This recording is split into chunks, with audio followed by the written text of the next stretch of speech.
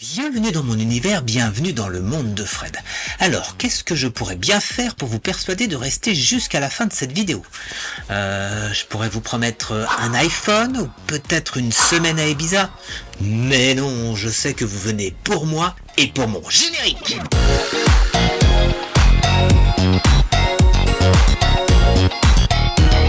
Bonjour à toutes et à tous, je suis très heureux de vous retrouver une fois encore sur ma chaîne. Alors en préambule, je tenais à vous remercier suite à vos nombreux retours de satisfaction suite à mon épisode spécial Halloween de la semaine dernière. Merci. Alors je sais, vous allez trouver ça relou, mais on va faire ça vite. Alors on partage, on met des pouces en l'air, on s'abonne et on active la cloche de notification. Voilà, ça c'est fait. Cette semaine, j'ai décidé de rechausser mes baskets et de vous emmener avec moi à la Défense. Alors je sais, j'entends déjà certains dire « Non, pas la Défense !» Mais allons, calmez-vous, asseyez-vous tranquillement et on regarde. La Défense est un quartier d'affaires situé dans la métropole du Grand Paris en Île-de-France, le premier en Europe par l'étendue de son parc de bureaux, aussi le premier en Europe par le volume d'activité financière et le quatrième quartier d'affaires le plus attractif du monde d'après une étude publiée par le cabinet EY en 2017. Finissons-en là avec le côté encyclopédique pour nous laisser aller à la découverte de ce lieu atypique où quelques tranches d'art contemporain peuvent séduire les plus irréductibles détracteurs de ce temple du capitalisme.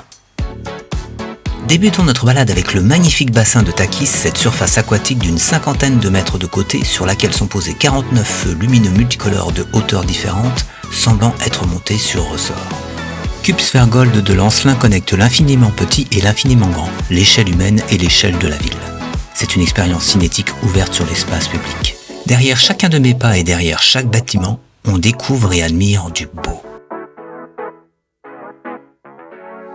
La cheminée Moretti, haute de 32 mètres, utilise 672 tubes en fibre de verre de 2 à 30 cm de diamètre peints de 19 couleurs différentes offrant une dynamique insolente et joyeuse.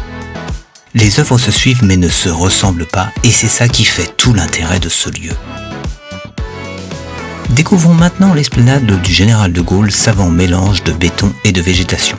On y retrouve la danse, réalisation en béton blanc moulé, constituée de 4 figures reproduites sur chacune des jardinières délimitant la place. Reprenons maintenant notre envol avec l'oiseau mécanique de Cloupas, puis direction la fontaine des Corolles de Louis Legge, œuvre en cuivre composée de coupelles superposées d'où jaillit l'eau en cascade. Mais n'arrêtons pas là notre course folle et traversons les bâtiments.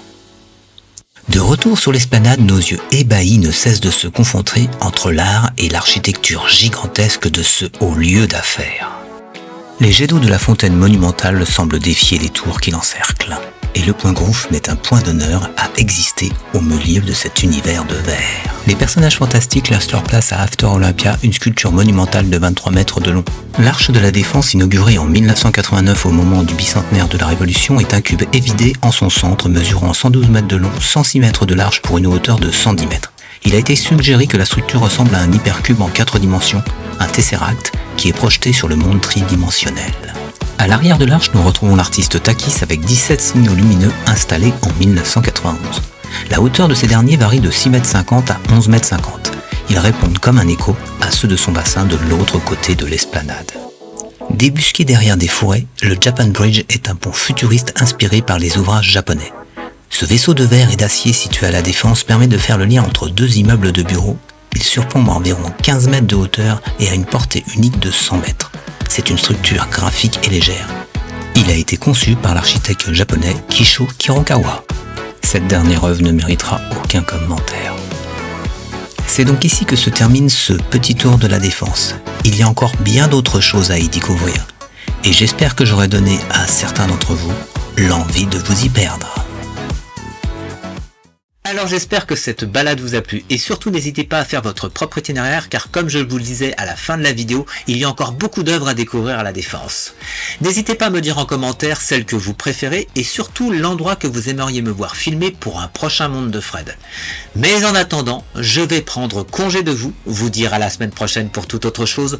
Prenez soin de vous, bye bye.